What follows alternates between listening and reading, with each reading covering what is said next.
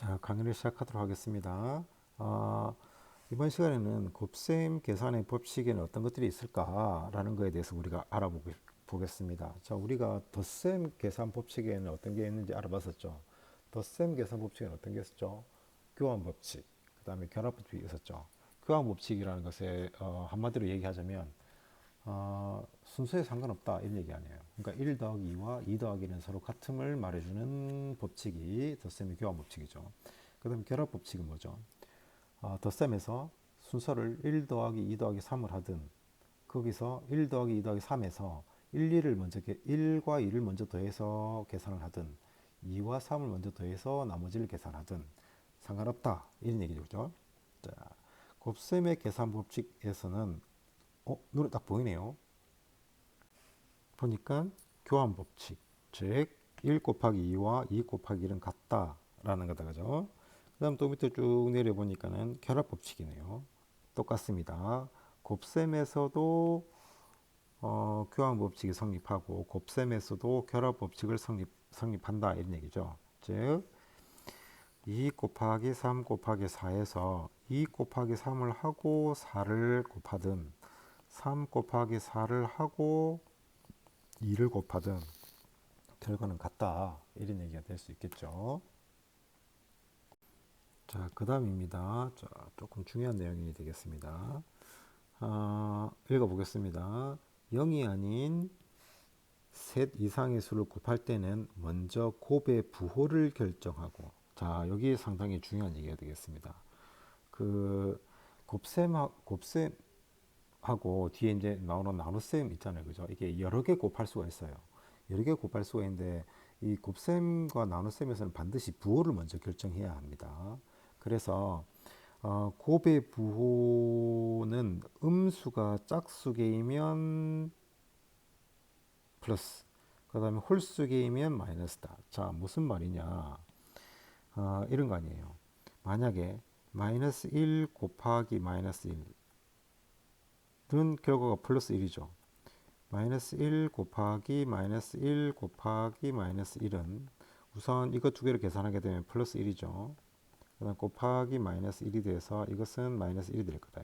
그러니까 요게 무슨 말, 요게 이런 거죠.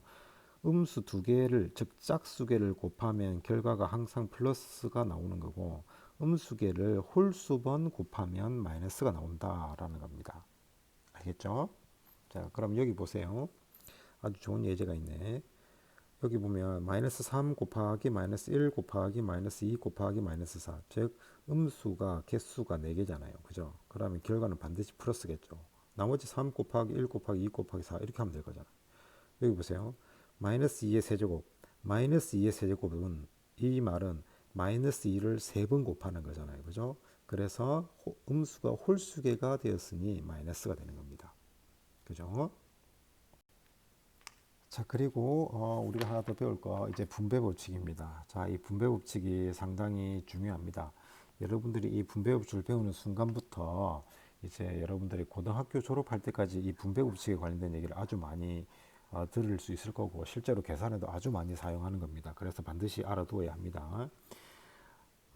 보세요. 덧셈과 곱셈이 섞여 있는 식의 계산에서 마이너스 3 곱하기 마이너스 1 더하기 마이너스 2는 이것 두 개 먼저 계산할 수 있다, 그죠? 요거 두 개 계산하면 여기가 마이너스 1이 되겠죠? 이렇게 요 두 개가 마이너스 1이 되겠죠?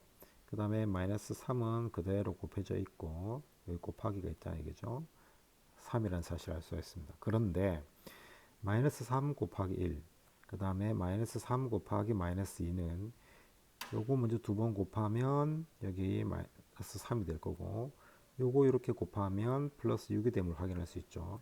그거 두 개를 더하면 3이 된다. 이렇게 얘기할 수 있겠죠. 즉 마이너스 3 곱하기 1 플러스 마이너스 2가 되어 있을 때 지금 우리 어떻게 한다는 거예요? 얘를 여기에 한번 곱하고 그 다음에 얘를 또 여기에 한번 곱해서 계산할 수 있다 이런 거 아니에요, 그죠? 자, 그것을 이렇게 표현해 놨네요. 어떤 수의 두 수의 합을 곱한 것은, 위에 걸 얘기하는 거죠. 어떤 두 수의 합을 곱한 것은 그 두 수 각각의 두 수를 각각에 곱하여 더한 것과 같다. 즉 이렇게 되는 것은 이렇게 되는 것과 같다라는 거예요. 그것을 우리는 분배 법칙이라고 한다라고 하는 거예요. 마치 이 여기 앞에 마이너스 3을 각각의 숫자에 나누어 주는 것처럼 이렇게 지금 분배를 해놨다, 그죠? 그렇죠? 그래서 얘를 우리는 분배 법칙이라고 합니다. 그래서 정리를 해보면 밑에 분배 법칙 나와 있다, 그죠? 중요한데, 자, 어떤 수 A 곱하기 B 플러스 C는 얘를 이렇게 한번 나눠주고 분배해주고 이렇게 한번 분배해준다라는 거네요.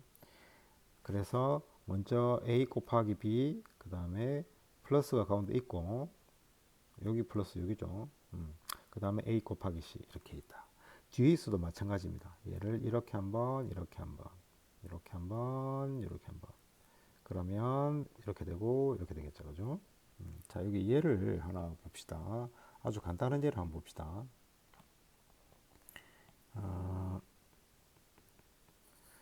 2 곱하기 3 더하기 5를 한번 봅시다. 우리 이거 어떻게 하죠?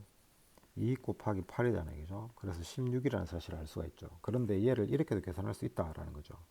얘를 분배 법칙을 이용해서 이렇게 곱하면 2 곱하기 3이 되겠죠. 그다음 또 이렇게 곱하면 2 곱하기 5가 되겠죠. 가운데에 플러스가 있다. 그래서 플러스 해주면 6 더하기 10이 돼서 얘다 16이다.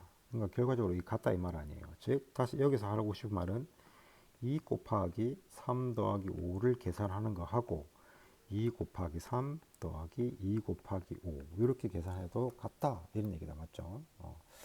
상당히 중요합니다, 분배 법칙은.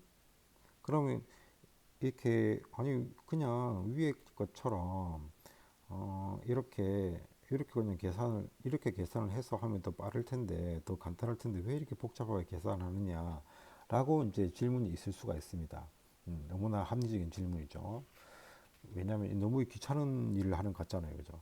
그런데 이 분배 법칙 지금 이 계산이 이 간단한 경우에는 이렇게 우리가 복잡해 보이지만 어, 이 괄호 안에 있는 이 숫자들이 약간 복잡한 경우가 많이 있습니다. 또는 여기 곱해지는 숫자가 복잡한 숫자 또는 큰 숫자 또는 분수라든가 그런 게 있을 수 있습니다. 그런 것들을 이렇게 분배 법칙을 통해 가지고 위 밑에서 보는 바와 같이 이렇게 분배를 해버리면 훨씬 더 간단한 계산이 되는 경우가 아주 많습니다. 그렇기 때문에 이 분배 법칙은 상당히 중요하다라고 얘기를 해볼 수가 있습니다. 자, 오늘 강의 마치겠습니다.